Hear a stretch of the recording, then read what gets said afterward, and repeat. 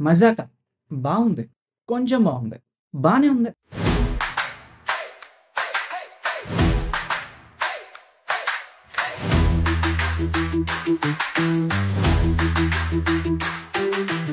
స్టార్టింగ్‌లో కొంచెం ఫన్, తర్వాత కొంచెం కామెడీ, ఆ తర్వాత కొంచెం సెంటిమెంట్, లాస్ట్‌లో ఒక హ్యాపీ ఎండింగ్. ఇంతే మూవీ. స్టోరీ గురించి అడిగితే regular story with new scenes. Nonsense కాదండి.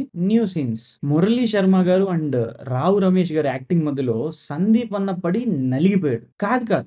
నలిపేశారు. వాళ్ళిద్దరూ చాలా బాగా యాక్టింగ్ చేశారు. మురళీ శర్మ గారి క్యారెక్టరైజేషన్ కొంచెం యూనిక్‌గా అనిపించింది. అంటే ఒక టైప్ ఆఫ్ సైకో అన్నమాట. చెప్పడానికి ఏముంది, సైకాలజీలో కోర్సులు ఉన్నాయి కానీ సైకోలో కోర్సు ఉంటే సిలబస్ మీరే రాయాలి సార్.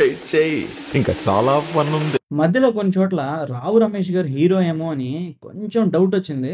ఆ అమ్మాయిని పడేయాలంటే మన్మధుడిలా ఉండాలండి. మరి నేను ఎలా ఉన్నాను? మనవాడిని ఎత్తుకునే వాళ్ళ ఉన్నారు.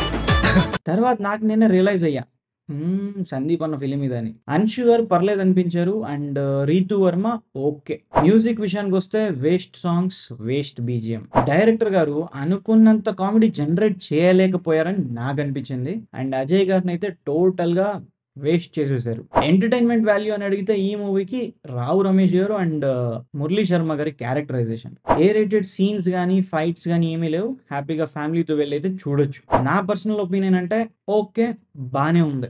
ఎవరికైనా రికమెండ్ చేస్తానంటే ఖాళీగా ఉంటే వెళ్ళి చూడొచ్చు సరదాగా.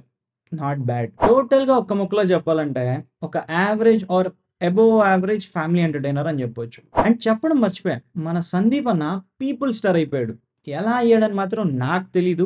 మీకేమైనా తెలిస్తే కామెంట్ సెక్షన్లో చెప్పండి. సో ఇది ఫోక్స్ ఇవాల్టి మన వీడియో మీకు నచ్చిందని అనుకుంటున్నాను. వీడియో మీకు నచ్చితే లైక్ చేయండి, నచ్చకపోతే కామెంట్ చేయండి, సబ్స్క్రైబ్ మాత్రం ఖచ్చితంగా చేసుకోండి.